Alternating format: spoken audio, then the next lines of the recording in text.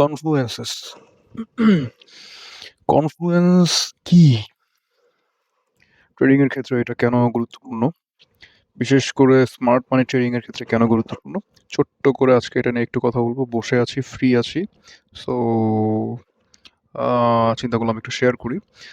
Confluence মানে হচ্ছে multiple confirmation. যেমন ধরেন আপনি ফেব্রুয়ারি মাসের ১ তারিখে একটা চাকরি পেলেন। আহ, এরপর আপনি অনেক দিন চাকরি করতেছেন। এরপর অনেক চাকরি ধরছেন, ছাড়ছেন, নতুন চাকরিতে জয়েন করছেন। আম, ধরেন আপনার ফেব্রুয়ারির ১ তারিখে জয়েন করা চাকরিটা ছিল আপনার জীবনের প্রথম চাকরি। আবার ফেব্রুয়ারির ১ তারিখেই আপনার কোনো ক্লোজ ফ্রেন্ডের বার্থডে। হুম, আহ, তো এই যে একটা জিনিস মনে রাখার জন্য অনেকগুলো তথ্য, অনেকগুলো একই জিনিস ঘিরে বিশেষ কিছু তথ্য। ফেব্রুয়ারির ১ তারিখ আপনার জীবনের প্রথম চাকরি, আপনার একটা ক্লোজ ফ্রেন্ডের বার্থডে। সো আপনার এই তারিখটা মাথার মধ্যে থাকার সম্ভাবনা সব থেকে বেশি। হুম, তো এইটাকেই বলে কনফ্লুয়েন্স। সো ট্রেডিং এর ক্ষেত্রে কনফ্লুয়েন্সের গুরুত্ব ব্যাপক। অর্থাৎ আপনার একটা ডিসিশন নেওয়ার জন্য অবশ্যই আপনার মাল্টিপল কনফার্মেশনস লাগবে। বিভিন্ন তথ্যের সমন্বয় করে এরপরে আপনি একটা ডিসিশন নিতে পারবেন। এর একটা ডিসিশন নেওয়া অর্থাৎ আপনি বাই করবেন নাকি সেল করবেন নাকি হাত গুটিয়ে বসে থাকবেন, এই ৩ টার যেকোনো একটা ডিসিশন নেওয়ার জন্য আপনার কনফ্লুয়েন্স লাগবে। সো স্মার্ট মানি ট্রেডিং এ কনফ্লুয়েন্স কি হতে পারে? ১ম সবথেকে বড় কনফ্লুয়েন্স হচ্ছে টাইম স্কেডিউল। হুম? টাইম স্কেডিউল বলতে আহ ইন্টারডে দিয়ে আমি জিনিসটা বুঝাই, সহজ হবে। ইন্টারডে দিয়ে যদি আমি বুঝাই তাহলে একটা দিনে মোটা দাগে ৪টা কিল জোন থাকে। প্রথমটা হচ্ছে মিডনাইট থেকে 4 AM পর্যন্ত লন্ডন কিল জোন। এরপরে নিউ ইয়র্ক কিল জোন সকাল 8:30 থেকে 11টা। এরপর হচ্ছে নিউ ইয়র্ক PM কিল জোন দুপুর 1:30 থেকে দুপুর 4টা। এরপর হচ্ছে এশিয়ান কিল জোন রাত 8টা থেকে আবার মিডনাইট, এবং প্রত্যেকটা টাইম হচ্ছে নিউ ইয়র্ক বেসড, কোনোটা কিন্তু বাংলাদেশ বেসড না। আপনার এই ট্রেডিং, স্মার্ট মানি ট্রেডিং শুরু করার আগে অবশ্যই আপনার টাইম জোনটাকে আপনি যেই প্ল্যাটফর্মে ইউজ করেন আপনাকে নিউ ইয়র্ক টাইম জোনে সেট করে এরপর বাকি হিসাব করতে হবে। তাহলে ইন্টারডে ট্রেডিং এর ক্ষেত্রে আপনার প্রথম কনফ্লুয়েন্স হচ্ছে গিয়ে টাইম। 4টা কিল জোন থাকবে। আহ, তো আপনি যখন একটা ট্রেড সেটআপ খুঁজতে যাবেন, আপনি ধরেন লন্ডন কিল জোনে আসলেন। আপনার একটা প্রথম কনফার্মেশন আসলো যে হ্যাঁ, আমি লন্ডন কিল জোনে আছি, এখানে আমি কিছু বিশেষ সময় বিশেষ কিছু মুভ দেখতে পারবো। যেমন ১২টা থেকে ১টার মধ্যে একটা লিকুইডিটি সুইপ আসতে পারে। আহ, ১টা থেকে ২টার মধ্যে একটা লিকুইডিটি সুইপ আসতে পারে। স্পেশালি ৩টার দিকে একটা লিকুইডিটি সুইপ, একটা সুইং দিয়ে একটা রিভার্সাল প্যাটার্ন সৃষ্টি করবে লন্ডন কিল জোনে। এটা হচ্ছে আপনার প্রথম কনফার্মেশনের জন্য। সেকেন্ড কনফার্মেশন হিসেবে আমরা ধরতে পারি কিছু নির্দিষ্ট কি লেভেল অথবা রেফারেন্স পয়েন্টস। রেফারেন্স পয়েন্টস হচ্ছে অ্যালগরিদমের একটা বিশেষ গুণ মেকানিজম, যেটা নিয়ে আমি চেষ্টা করব বিস্তারিত কোনো বড় ভিডিওতে আলোচনা করার। রেফারেন্স পয়েন্ট হচ্ছে গিয়ে এই ইন্টারব্যাংক প্রাইস ডেরিভেটিভ অ্যালগরিদমের একটা আহ, কি বলবো, পিছন দিকে ফিরে নির্দিষ্ট কিছু স্থান দেখে সেই অনুযায়ী ডিসিশন নেয়ার একটা মেকানিজম হচ্ছে রেফারেন্স পয়েন্টস, যেমন order blocks, breaker blocks, rejection blocks, তারপরে ফেয়ার ভ্যালু গ্যাপস। এইগুলো হচ্ছে গিয়ে রেফারেন্স পয়েন্টস। হ্যাঁ, তো আপনি যখন একটা নির্দিষ্ট কিল জোনে আসলেন, আপনার প্রথম কনফার্মেশন পাইলেন, এরপরে আপনি টাইম ফ্রেমগুলো চেঞ্জ করে, ধরেন আপনি আহ, যদি 1 আওয়ারে থাকেন, সরি, আপনি যদি 1 আওয়ারে থাকেন, 1 আওয়ার থেকে আপনি ধরেন এক লেভেল আপ করে 4 আওয়ারে যাবেন। এরপরে 4 আওয়ারে গিয়ে আপনি রেফারেন্স পয়েন্টসগুলো দেখবেন। যেমন এখানে আমি একটা, এটা সম্ভবত আমি 1 আওয়ার থেকে মার্ক করছি। এখানে আমি একটা ফেয়ার ভ্যালু গ্যাপ দেখতে পেয়েছিলাম, এই জন্য মার্ক করেছি। হুম, ফেয়ার ভ্যালু, ছোট্ট একটা ফেয়ার ভ্যালু গ্যাপ ছিল। সো এইটাকে, এই ক্যান্ডেলটা নিয়ে নিয়েছে, টেক ওভার করেছে। এখন এটা রিভার্স করতে পারে। আর যেহেতু এটা বিটকয়েন, ক্রিপ্টো, সো এখানে আমি কিল জোন এর উপরে তেমন একটা গুরুত্ব দিচ্ছি না। এখানে আমার মেইন গুরুত্ব হচ্ছে লিকুইডিটি সুইপ।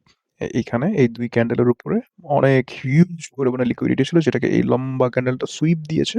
এই রেফারেন্স পয়েন্টটাকে টাচ করেছে, আবার দেখেন এটা রিভার্স করতেছে। অ্যাট লিস্ট এটা এই পর্যন্ত আসবে। তারপরে যদি নিচে আসে তাহলে অ্যাটলিস্ট এই বড় ক্যান্ডেলের অর্ধেকে আসবে। সো অ্যালগরিদমের রেফারেন্স পয়েন্টসগুলো order block, breaker block, rejection block, mitigation blocks, তারপরে উইকের মিডল পয়েন্টস, এগুলো খুবই খুবই গুরুত্বপূর্ণ রেফারেন্স পয়েন্টস। সো এগুলোতে যখন টাচ করবে তখন the market will react in certain ways. এই রিয়াকশন করার পর, রিয়াক্ট দিচ্ছে যখন, তখন we can take a decision.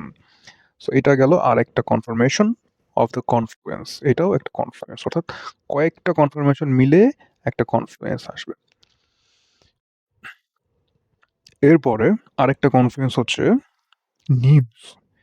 নিউজের আগে পরে, নিউজের আগে সবসময় দেখবেন মার্কেটটা রেঞ্জিং থাকবে। এইটা মার্কেট মেকাররা এই অ্যালগরিদমটাকে ইউজ করে এই রেঞ্জ মার্কেটটাকে ওরাই ইঞ্জিনিয়ার করে, যাতে এখানে অনেকগুলো লিকুইডিটি জমা হয়। হ্যাঁ, এখানে যারা রিটেইল ট্রেডার্স, ডাম মানি ট্রেডার্স আছে, ওরা উল্টাপাল্টা ট্রেড নিয়ে এখানে ওদের স্টপ লস দিয়ে রাখে নিচে উপরে। এগুলোকে পরে নিউজের টাইমে সুইপ করে দেওয়া হয়। ঠিক নিউজের পর পর কিছু ভালো ট্রেড সেট আপ পাওয়া যায়। আর নিউজগুলো দেখবেন যে আপনি কিল জোনের সময় আশেপাশে হয়, বিশেষ করে নিউ ইয়র্ক টাইম সকাল 8:30টার দিকে high high most high probability নিউজগুলো থাকে। সো এইটা একটা কনফ্লুয়েন্স। অবশ্যই নিউজের, ঠিক নিউজের টাইমে ট্রেড না, নিউজের পরে। হ্যাঁ, সো ওই সময় দেখবেন যে লিকুইডিটি সুইপ বা টাইম রেফারেন্স পয়েন্টে টাচ করা, এই বিষয়গুলো ঘটবে। আর কিল জোন তো আছেই। তারপরে লিকুইডিটি সুইপ, এইটা নিজেও একটা কনফিডেন্স। হ্যাঁ, যখন আপনি দেখতেছেন যে খুব দ্রুত একটা লিকুইডিটি সুইপ দিয়ে দিচ্ছে, তখন বুঝবেন যে something's going to happen. I can take a trade, there can be a setup. Liquidity sweep নিজেও একটা কনফ্লুয়েন্স।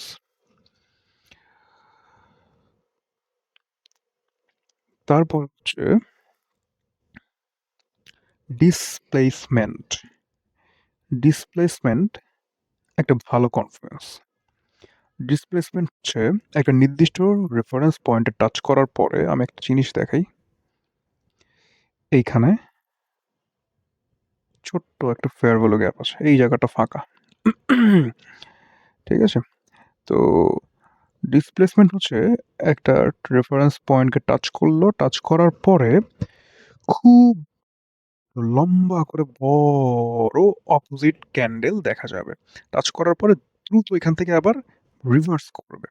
ঠিক আছে, এইটা এখনো ডিসপ্লেসমেন্ট হয় নাই। এটা যখন আর একটু নিচে আসবে, একটু বড় হয়ে ক্লোজিং দিয়ে দিবে, এটাকে মোটামুটি ডিসপ্লেসমেন্ট বলা যায়। যেহেতু 15 মিনিট ক্যান্ডেল ক্লোজ হয়ে যাচ্ছে, আর বেশিক্ষণ নাই। সো বলা যায় যে এখান থেকে মার্কেট রিভার্স করতে পারে। So change in the state of delivery.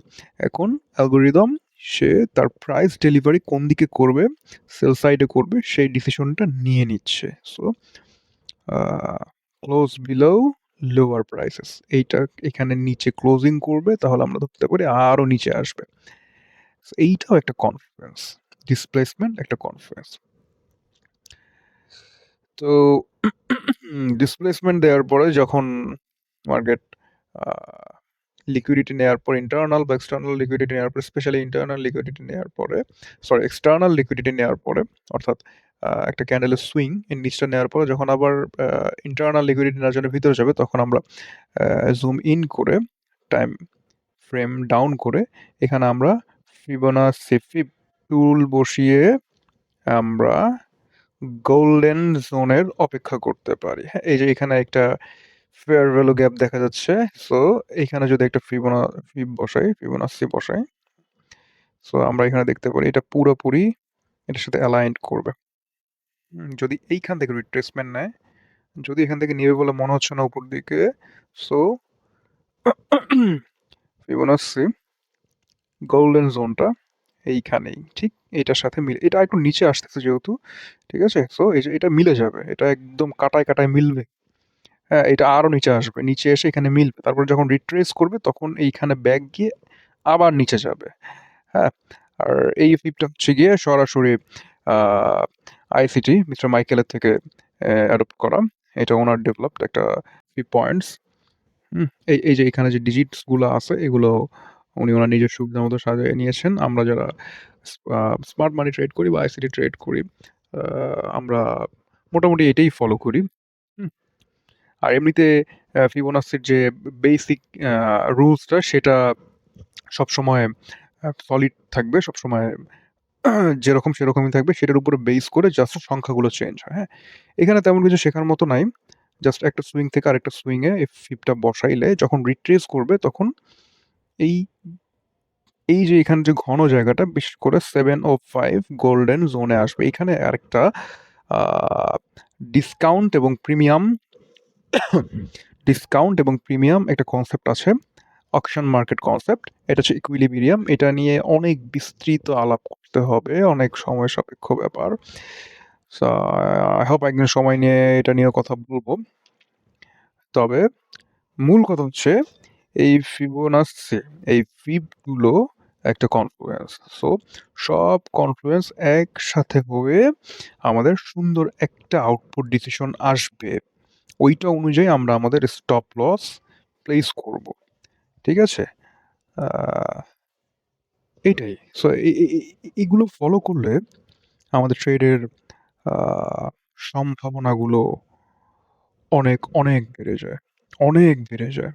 হুম, মোটামুটি বলা যায় যে অলমোস্ট ফুল প্রুফ ট্রেড আমরা নিতে পারি কনফ্লুয়েন্স ফলো করলে।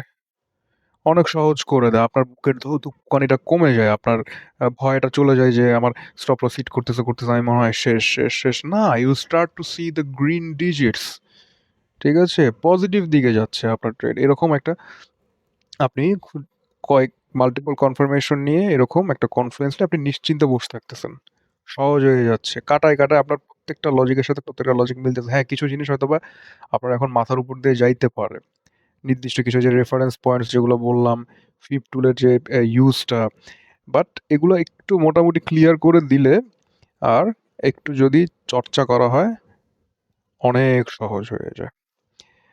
তো আমি একটা সেট আপ নিয়ে বসেছিলাম, চিন্তা করলাম যে একটু কথাবার্তা বলি, এই জন্যই এটা করা। এটা একটা ডিসপ্লেসমেন্ট হয়ে গেছে, এটা অনেক অনেক বড় একটা মুভ দিছে। সো আই থিঙ্ক এইখানে একটা মোটামুটি রিপ্লেসমেন্ট দিতে পারে। আহ, যদিও নাও দেয়, এখানে আমি কিছু নির্দিষ্ট টার্গেট ফিল আপের জন্য বসে আছি। সো এগুলোতে টাচ করার পর এখানে আমি একটা এন্ট্রি প্যাটার্নের ওয়েট করতেছি। সো এটা পেলে I will take an entry. আর আজকে হচ্ছে গিয়ে অফ ডে, সো একটু ক্রিপ্টোতে ঘোরাঘুরি করতেছিলাম এই। সো সবাইকে অনেক অনেক ধন্যবাদ। আই হোপ আপনারা রিয়েল যে স্মার্ট মানি ট্রেডিং, এটা শিখে মাল্টিপল কনফার্মেশন নিয়ে ভালো কনফ্লুয়েন্সের সাথে উইথ ফুল কনফিডেন্স মার্কেটে আপনারা ট্রেড করতে পারবেন। That's it. অনেক অনেক ধন্যবাদ সবাইকে। আসসালামু আলাইকুম।